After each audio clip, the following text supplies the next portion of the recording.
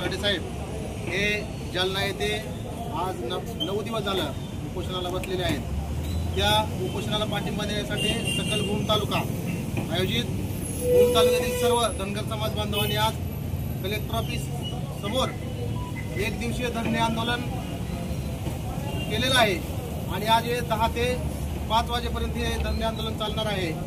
यासाठी धनगर समाजातील भूम तालुक्यातून जास्तीत जास्त लोक अजून येणार आहेत। आज पाऊस असल्यामुळे थोडं वातावरण असल्यामुळे अजून संख्या जास्तीत जास्त येणार आहे आणि या आंदोलनाला पाठिंबा देण्यात आलेले समता ग्रुपचे अध्यक्ष संतोषभाऊ गव्हाळे, आमचे मित्र जामखेडचे राष्ट्रीय समाज पक्षाचे युवा जिल्हाध्यक्ष किशोर भाऊ मासाळ तसेच त्यांचे सहकारी आज इथं या उपोषणाला पाठिंबा देण्यासाठी आलेले आहेत। धन्यवाद। जय मल्हार, जय अहिल्या। येळकोट येळकोट जय मल्हार, येळकोट येळकोट जय मल्हार। आरक्षण आमच्या हक्काचं नाही कोणाच्या बापाचं। दीपक भाऊ बोराडे यांचं जे आंदोलन चालू आहे महाराष्ट्रभर, त्या आंदोलनाला पाठिंबा देण्यासाठी भूम तालुक्याच्या वतीने 1 दिवसाचं लाक्षणिक उपोषण ठेवलं। त्या उपोषणाला जामखेड तालुका आणि समता ग्रुपच्या वतीने मी त्यांना जाहीर पाठिंबा देतो। आज 8-9 दिवस झाले आमचे जालना येथे आमचे सामाजिक कार्यकर्ते दीपक भाऊ बोराडे हे उपोषणाला बसले असेल तरी शासनाने अद्यापही दखल घेतली नाही। त्या संदर्भामध्ये महाराष्ट्र राज्यव्यापी 1 दिवसीय धोरणे आंदोलन आज महाराष्ट्रामध्ये चालू आहे। तर आज सकल भूम तालुका धनगर समाजाच्या वतीने आज उपजिल्हाधिकारी कार्यालय भूमच्या समोर आज 1 दिवसीय धोरणे आंदोलन सुरू केलेलं आहे। तर भूम तालुक्यातील सर्व धनगर समाजाचा जमा झालेला आहे।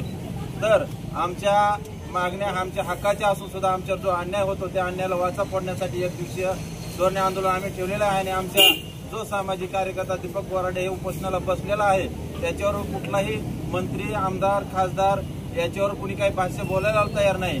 तर आमच्या हक्काची मागणी असताना सुद्धा आमचा 36 नंबरला धनगड आणि धनगर हे एकच आहे एवढंच मान्य करायला सरकार तयार नाही आणि आम्ही आदिवासी असताना आमचा धनगर समाज हा रस्त्यावर उतरण्याची वेळ आणू नका, नाहीतर हा धनगर समाज हा आर नाहीतर पार करू शकतो आणि आजची ही लढाईला तर सुरुवात झाली आहे आणि हा अख्खा महाराष्ट्र पेटवल्याशिवाय धनगर समाज गप्प बसणार नाही असं 2 शब्द बोलून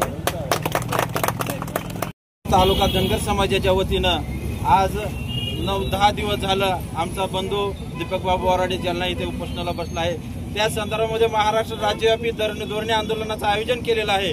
त्या आंदोलनामध्ये आमचा समाज बांधव उपस्थित राहिला आहे आणि या समाज बांधवाचं मी कौतुक करावं तितकं कमी आहे। आम्ही पावसाचं एवढं वातावरण असताना सुद्धा उपस्थित राहिला आहे। त्या संदर्भामध्ये सांगायचं एवढंच की पावसाचं वातावरण, पावसाची पण तमा बाळगली नाही, वाऱ्याची तमा न बाळगता आमचा समाज बांधव इथं उभा राहिला आहे। तर का कशामुळे तो अन्याय विरोधात लढा जो आमच्या समाजावर जो अन्याय होता त्या अन्यायाच्या विरोधात लढा पुकारण्यासाठी भूम तालुक्याचे सकल धनगर समाज आज उपस्थित राहिला आहे। इतका पाऊस असताना सुद्धा उपस्थित राहतं तर त्याची कुठली तरी तळमळ असून म्हणून उपस्थित राहिला आहे, असं काही मुद्दामून जाणून बुजून नाही। तर आमचा धनगर समाज 36 नंबरला एसटी मध्ये नंबर आदिवासी यादीमध्ये एसटीला धनगड आहे, पण ती धनगड नसून ही धनगर आहे। आम्ही हे सरकारला गेल्या 20-25 वर्ष 30 वर्ष झाला आमचा धनगर समाज रस्त्यावर येतोय, उतरतोय, पण लढा देतोय। आमचा दीपक भाऊ बोराडे आज 10 दिवस झालं उपाशी बसलाय तरी कुठला मंत्री, आमदार, खासदार येत नाही। ज्यावेळेस 10-11 वर्षापूर्वी भाजप सरकार सत्तेच्या बाहेर होतं,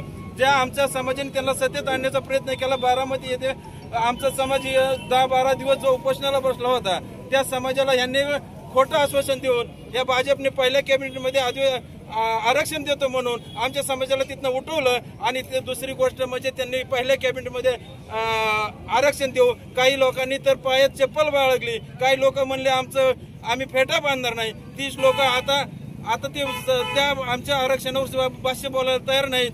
म्हणून आज आमचा दीपक भाऊ बोराडे हे किती 10 दिवस झालं तरी आमचा समाज आता रस्त्यावर उतरणार। आज जरी 1 दिवसीय धोरणे आंदोलन केलं असलं तर उद्या चक्का जाम करू महाराष्ट्राचा। याच्या पुढे पुन्हा सरकारने आम्हाला म्हणायचं नाही की तुम्ही थांबा।